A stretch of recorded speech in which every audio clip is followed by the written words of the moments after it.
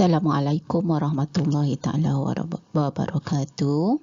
Jumpa lagi anak-anak. Dalam slide yang seterusnya, hari ini kita akan sama-sama membincangkan satu tajuk baru di bawah bidang ibadah. Tajuk yang akan kita bincangkan adalah Unit 1 Konsep Pengurusan Zakat, Unit 1 Konsep Pengurusan Zakat, 4.16.1 Maksud Zakat dari segi bahasa dan istilah, 4.162 Hukum, 4.163 Dalil Kewajipan, dan yang terakhir 4.164 Asnaf yang layak menerima zakat. Jom sama-sama kita bincangkan apakah yang akan terdapat pada slide-slide yang seterusnya.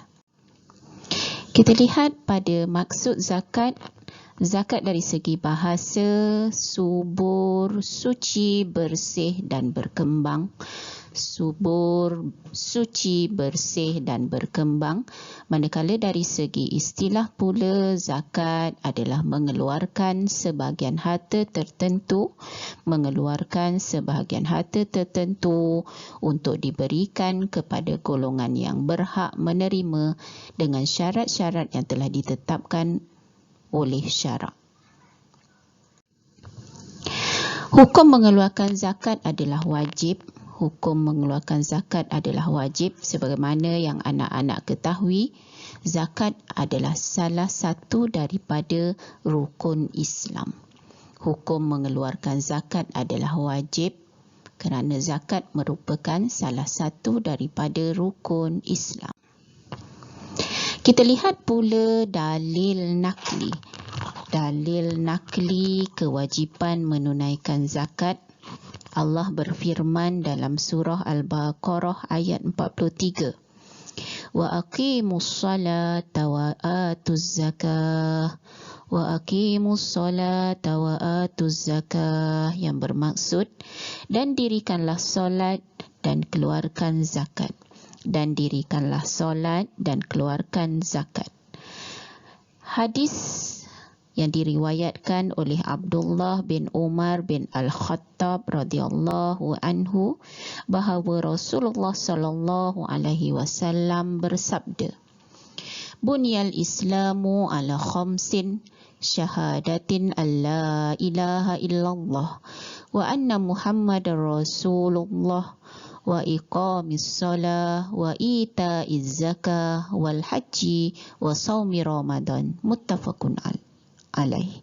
Yang bermaksud, Islam dibina atas 5 perkara: penyaksian bahawa tiada Tuhan melainkan Allah dan Nabi Muhammad itu utusan Allah, mendirikan solat, menunaikan zakat, mengerjakan haji ke Baitullah dan berpuasa pada bulan Ramadan.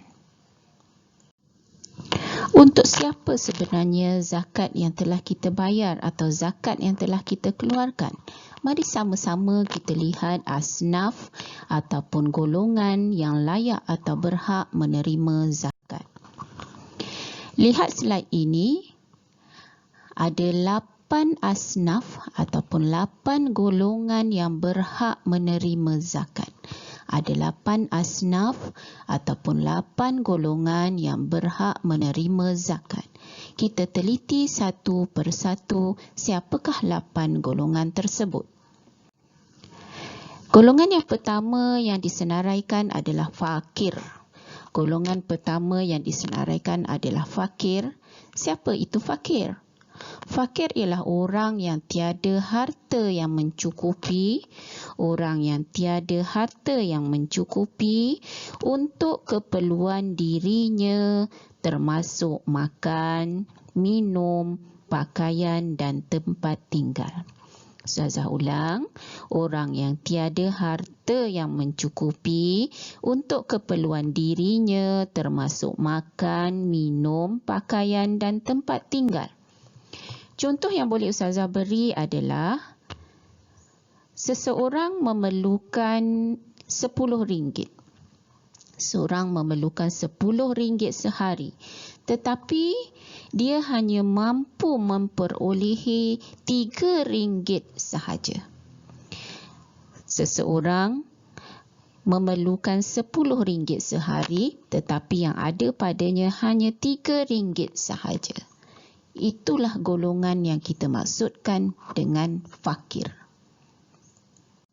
Kita saksi pula golongan ataupun asnaf yang kedua, iaitu miskin. Siapa pula miskin? Miskin adalah orang yang hanya mampu menampung sebahagian sahaja daripada keperluan hidupnya. Orang yang hanya mampu menanggung sebahagian sahaja daripada keperluan hidupnya. Ustazah bagi contoh di sini, seseorang yang memerlukan RM10. Seseorang yang memerlukan RM10 sehari, tetapi dia hanya memperoleh RM8 sahaja. Memerlukan RM10 sehari, tetapi dalam sehari tersebut dia hanya memperoleh RM8 sahaja. Maka golongan tersebut kita kenali sebagai miskin. Kita lihat golongan yang ketiga, amil. Golongan yang ketiga, amil. Siapakah dia amil? Amil ialah mereka yang dilantik pemerintah. Mereka yang dilantik pemerintah untuk mengumpul dan mengagihkan zakat. Mereka yang dilantik pemerintah untuk mengumpulkan dan mengagihkan zakat. Biasanya amil ini akan dapat kita lihat kebiasaannya tatkala masuk sahaja bulan Ramadan, kita akan dapat lihat amil-amil tersebut membuka kaunter untuk pembayaran zakat, contohnya di masjid. Kita lihat pula golongan yang keempat, mu'allaf. Mu'allaf ialah orang yang baru sahaja memeluk Islam. Mu'allaf adalah orang yang baru sahaja memeluk Islam. Kenapa atau mengapa mereka antara golongan yang layak menerima zakat adalah kerana golongan mu'allaf ini ada kalanya dibuang oleh keluarga sendiri kerana menganut ataupun memasuki agama lain selain daripada agama mereka. Jadi selayaknya lah mu'allaf ini dibantu. Antara contoh bantuannya adalah melalui duit ataupun bayaran zakat. Kita lihat pula golongan atau asnaf yang keenam, hamba. Hamba ialah golongan yang ingin membebaskan diri mereka. Golongan yang ingin membebaskan. Kita lihat asnaf yang keenam, orang yang berhutang. Orang yang berhutang. Siapakah orang yang berhutang yang menyebabkan mereka layak menerima zakat? Orang yang berhutang ialah orang yang dibebani hutang untuk keperluan asas dirinya serta tanggungan dan tidak mampu membayarnya. Orang yang dibebani hutang untuk keperluan asas dirinya serta tanggungannya tetapi tidak mampu membayarnya. Asnaf yang ketujuh adalah fi sabilillah. Fi sabilillah. Siapa fi sabilillah? Orang yang berjuang di jalan Allah Subhanahu wa taala. Orang yang berjuang di jalan Allah Subhanahu wa taala. Kita lihat pula golongan yang ke-8, iaitu asnaf yang terakhir yang layak menerima zakat ialah Ibnus Sabil. Ibnus Sabil ialah orang yang bermusafir. Orang yang bermusafir dengan tujuan yang diharuskan oleh syarak. Kemudian terputus bekalan perbelanjaan contohnya, maka berhaklah golongan Ibnus Sabil tersebut untuk mendapatkan bantuan bagi menyara ataupun bagi meneruskan perjalanannya untuk tujuan yang diharuskan syarak tersebut. Sekian dahulu perbincangan kita tentang unit 1